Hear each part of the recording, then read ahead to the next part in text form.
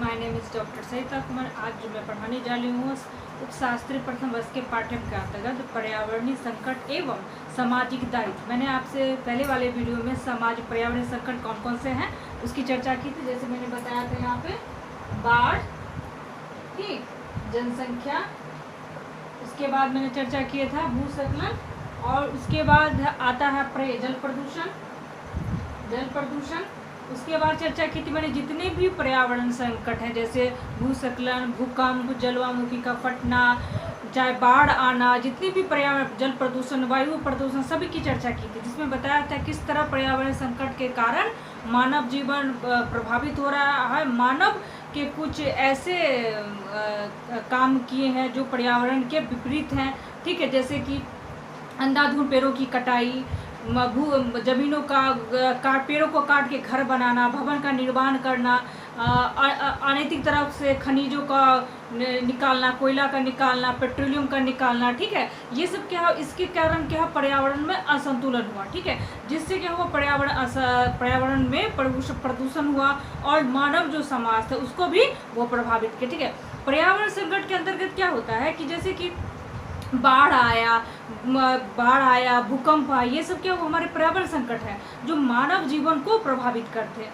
इसके कारण लोगों समाज में भी और संविधान में भी कानून बनाया कि हम अपने पर्यावरण का बचाव करें। लेकिन जब तक जन भागीदारी, जब तक हम लोग नहीं सोचेंगे कि भाई पर्यावरण हम अपने पूर्वज अपने बच्चों के लिए क्या बचा के रख रहे हैं, सारा चीज़ का दोहन हम ही कर रहे हैं, खनिज पदार्थ का दोहन कर रहे हैं, वन पदार्थों का दोहन कर रहे हैं हम, तो क्या आप अपने आगे वाले पीढ़ियों को क्या देंगे? तो क्या होगा, आपको पर्यावरण के साथ सामंजस्य बिठाना होगा। जितनी आपकी आवश्यकता हो, पृथ्वी पर, ब्रह्मांड में, पृथ्वी पर, दुनिया में सबसे ज़्यादा संपत्ति कहाँ है? पृथ्वी पर है, खनिज पदार्थों का अपूर्व भंडार है। लेकिन आप इसका सही तरह से दोहन कीजिए, जितनी आपकी आवश्यकता हो उतनी ही आप इसका प्रयोग है। मान लीजिए कि मानव जीवन इतना असंतुष्ट है, उसको संतोष होता ही नहीं है। जैसे कि मान लीजिए अभी आपको भूख लगा हुआ, खाने के लिए कोई वस्तु मिली, आपको चावल या दाल मिला, तो आपने उसे खाने लगा। जब आपका पेट भरने लगा तब सोचिए भाई इसमें कुछ और भी चाहिए, कुछ और भी होता तो कुछ, क्या आपकी मनोकामना बढ़ रही है।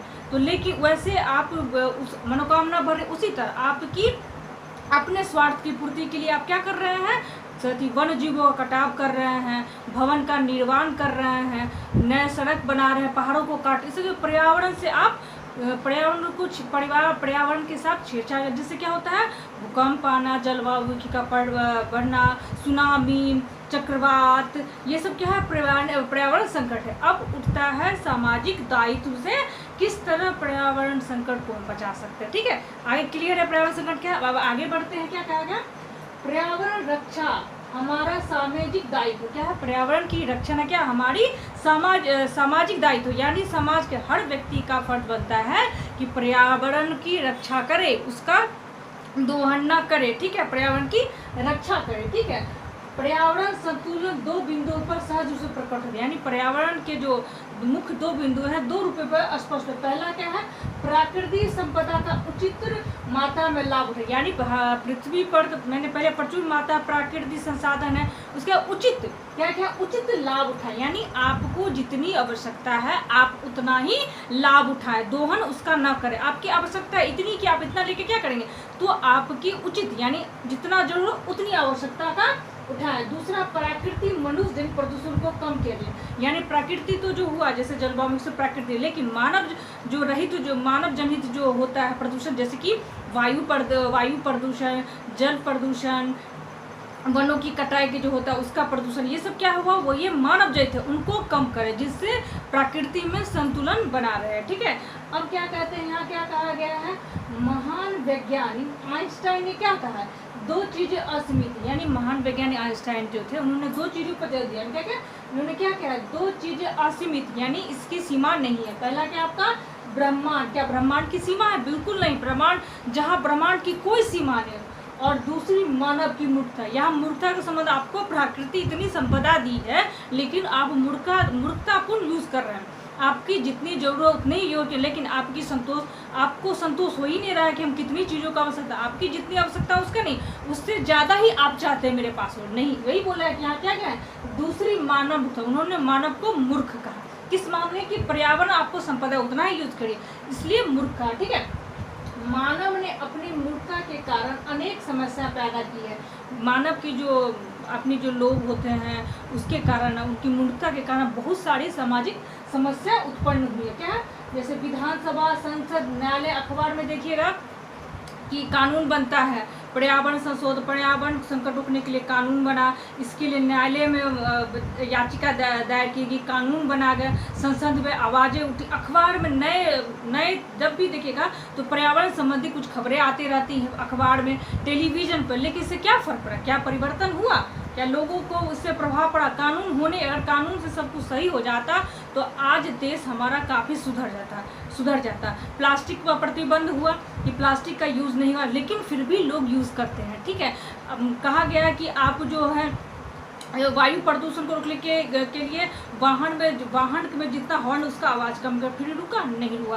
प्लास्टिक ना आप रोक पाए ना कुछ, क्या हुआ कि जन भागे थे। यहाँ कानून बनाने से नहीं होगा, यहाँ पे होगा लोगों को खुद समझना कि भाई प्रकृति आपकी संपदा, इसका नुकसान कीजिएगा तो आने वाली पीढ़ी आपको स्वयं इसका भुगतान भुगतना होगा। ठीक है, क्लियर है। यहाँ कानून बनने से कोई मतलब, यहाँ जन भागीदारी।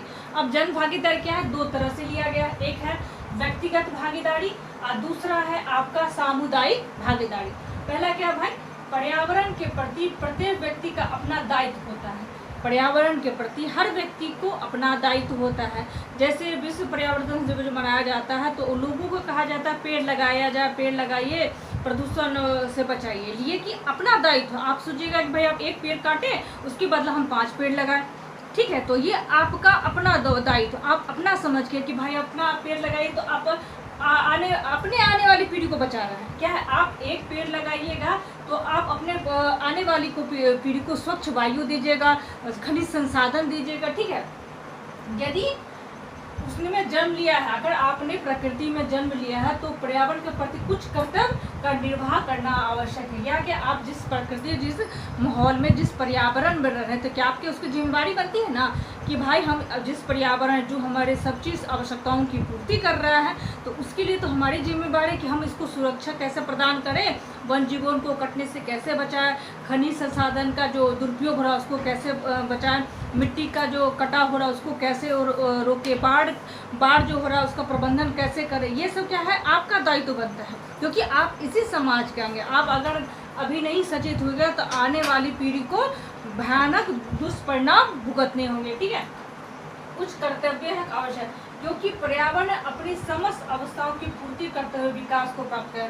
कि मानव जिस समाज में रह रहा है वो अधिकतर जो वस्तुएं होती हैं वो पर्यावरण से प्राप्त करते हैं। ठीक है, अगर आप उसके रक्षा नहीं कीजिएगा, उसके वो संपदा को आप प्रयोग करते हैं और अपने विकास की ओर बढ़ते हैं। चाहे खनिज पदार्थ हो, वन से आपका पेड़, कॉपी, पन्ना वगैरह पेज बनता है। ठीक है, पेट्रोलियम पदार्थ इससे आपका विकास हो रहा है तो आपका भी तो कर्तव्य बनता है कि हम जिससे हम पर्यावरण से जो सामान ले रहे हैं उसका सही से इस्तेमाल करें, उचित इस्तेमाल करें। ठीक है, ये हो गया व्यक्तिगत दायित्व। इसमें जिसमें आपने सुना होगा नर्मदा बचाओ आंदोलन में जो थे बहुगुणा जो थे वन संरक्षण के लिए काम किए, ये हुआ उनका व्यक्तिगत दायित्व। ठीक है, अब आते हैं पर्यावरण संरक्षण के सामुदायिक दायित्व के अंतर्गत क्या कहा गया है, पर्यावरण संरक्षण के प्रति सामुदायिक दायित्व के अंतर्गत सामाजिक प्रांतीय, राष्ट्रीय व अंतर्राष्ट्रीय एजेंसियां शामिल। अब क्या है कि जो सामाजिक दायित्व के प्रति लोगों की जागरूकता गई। अब जिस तरह से जैसे लोगों को समझ में आने लगा भाई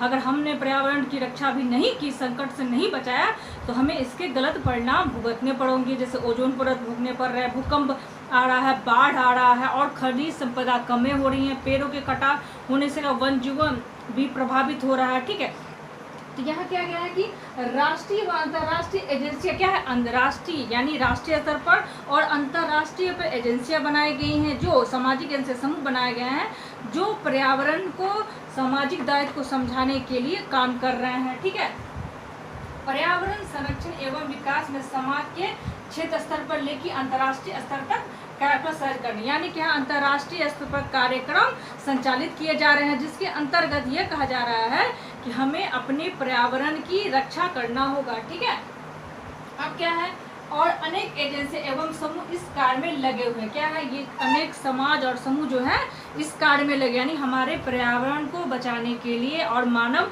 भागीदारों को भागीदारी बढ़ाने के लिए। जब तक लोगों को समझ में ये नहीं आएगा, आप कितने भी कानून बना लिए, कितनी भी नियम बना लिए, संविधान में संशोधन कर लिए, लेकिन जब तक जन भागीदारी नहीं होगी तब तक नहीं। ऐसा होता तो मोदी जो हमारे प्रधानमंत्री मोदी जी ने कितने भी कहा गंगा का शुद्धिकरण हो, गंगा के अरबों रुपए खर्च हुए, क्या गंगा शुद्ध हुई? नहीं हुए। जब हमारा लॉकडाउन हुआ तो देखिए इतना 2-3 महीने के लॉकडाउन के कारण हमारा गंगा बिना, क्योंकि मानव न वायु लोग जा रहे थे न आ जा रहे, वायु लोगों की भीड़ नहीं थी, वायु प्रदूषण नहीं हो रहा था, कचरा नहीं फेंक रहे थे, फैक्ट्रियाँ बंद थी, तो उससे क्या, तो हमारी गंगा जो है एकदम शुद्ध हो गई। यमुना नदी, यानी दिल्ली की यमुना गंदी, इतनी गंदी, उसमें एकदम फेन वगैरह होता था, इतनी गंदी थी। लेकिन कुछ दिन के लॉकडाउन से क्या हुआ, हमारे गंगा शुद्ध, यमुना नदी दिल्ली की शुद्ध हो गई। ये क्या हो, अगर देखिए मानव अगर नहीं था 2-3 महीना तो कैसे वो काम किया कि नहीं। लेकिन वही कारण है कि जन भागीदारी होना आवश्यकता। आप समझेंगे कि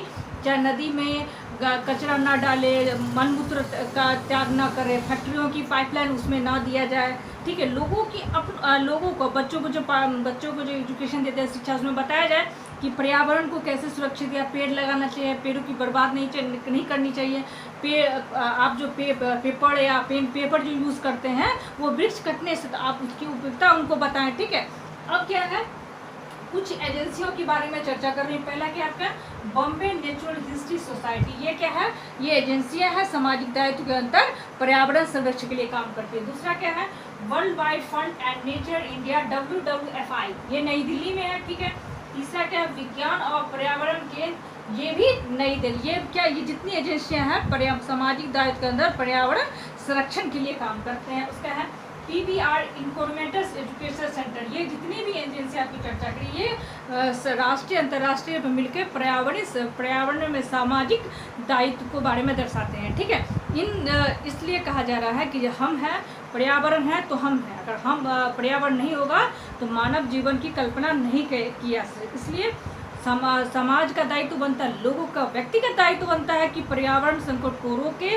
उनको पर्यावरण को अच्छा बनाए, बेहतर बनाए, जिससे हमारे आने वाली पीढ़ी को अच्छा वातावरण, अच्छा स्वच्छ हवा, जल स्वच्छ मिल सके। इस वीडियो में इतना ही। आगे वाले वीडियो किसी नए टॉपिक और नए विषय के बारे में चर्चा करूँगी। धन्यवाद।